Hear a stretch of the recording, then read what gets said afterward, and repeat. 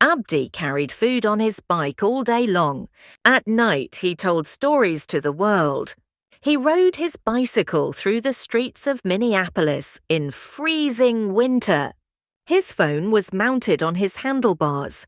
His camera was always recording. Welcome to English Through African Stories, ETS. Every week, we bring you original A1, A2 English stories inspired by real African experiences. Today's story is about Abdi, a young man whose courage and honesty changed his life. Listen carefully, follow the subtitles, and try the vocabulary challenge at the end. Before we start, here are 5 useful words from today's story. Listen for these words in the story. Now let's begin. Abdi rode his bicycle through the streets of Minneapolis in freezing winter. His phone was mounted on his handlebars. His camera was always recording. Today I delivered 47 orders, he would say to the camera. And I have stories to tell you. Nobody expected what would happen next. Abdi became one of the most popular content creators in America. All because he decided to share his truth. This is his story. Abdi grew up in Mogadishu, Somalia. Life there was difficult. There were no jobs, no opportunities. Every day was a struggle for survival. When Abdi was 19, his family saved enough money to send him to America. Go, his father said. Build a better life. Then help us. Abdi arrived in Minneapolis, Minnesota with $200 and enormous hope. Minneapolis has the largest Somalian community in America. He had cousins there. He thought starting over would be easier. It wasn't. Abdi's English was limited. He had no college degree. He had no work experience that American employers valued. He applied for 50 jobs in his first month. Every single one said no. He was running out of money. Rent was due. He was desperate. Then a friend told him about the gig economy. You can work for yourself, his friend explained. Deliver food with apps like DoorDash or Uber Eats. You don't need interviews. You just need a bicycle and a phone. Abdi didn't have a car, but he had a bicycle. He signed up immediately. His first day as a delivery rider was January 15th.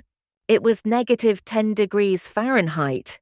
The wind felt like knives on his face. His hands went numb inside his gloves, but Abdi delivered 12 orders that day. He made $68. It wasn't much, but it was something. It was survival. Every day, Abdi rode his bicycle through Minneapolis, in summer heat, in spring rain, in autumn wind, and in the brutal Minnesota winter that froze everything. He worked 12 hours a day, 7 days a week. He delivered breakfast, lunch, and dinner. He delivered late-night snacks to college students. He delivered medicine to elderly people who couldn't leave their homes. After 3 months, Abdi was one of the top-rated delivery riders in Minneapolis. He was fast. He was polite. He never complained. But something was bothering him. Every day he had interesting experiences, funny moments, strange encounters, beautiful observations about American life. But he had nobody to share them with. His family was back in Somalia. He didn't have many friends in Minneapolis yet. One night, after a particularly long shift, Abdi was scrolling through YouTube on his phone. He watched travel vlogs. He watched cooking videos. He watched people talking about their daily lives. And he thought, why can't I do this? He had a smartphone. He had stories. He had a unique perspective as a Somalian immigrant working in the gig economy. The next day, Abdi bought a cheap phone mount for his bicycle. It cost $15. He set up a YouTube channel called Delivering with Abdi. His first video was simple. He recorded himself riding through snowy Minneapolis streets, delivering food, and talking about his day. "Hello, everyone," he said to the camera. "My name is Abdi. I'm from Somalia. This is my life in America." He showed the restaurant where he picked up food. He showed the neighborhoods he rode through. He talked about the cold weather. He shared a funny interaction with a customer who gave him a $10 tip. The video was rough. The sound quality was poor. The camera shook as he rode. But it was authentic. It was real. It was honest. Abdi uploaded the video and went to sleep. He expected maybe 10 views. The next morning, the video had 300 views. Then 500. Then 1,000. People were commenting, "This is so inspiring. I love your positive attitude. Keep making videos, brother." Abdi was shocked. He made another video. Then another. Then another. He developed a format. Every video showed a day in his life as a delivery rider, but he added elements that made his content special. He interviewed customers on camera with their permission. He showed different neighborhoods and explained what made each area unique. He shared tips for other gig workers. He talked about Somalian culture and compared it to American culture. He was vulnerable about his struggles and honest about his dreams. His audience grew. 1,000 subscribers became 5,000. 5,000 became 10,000. People loved Abdi's authenticity. In a world of fake influencers and staged content, Abdi was different. He showed real life. He showed struggle.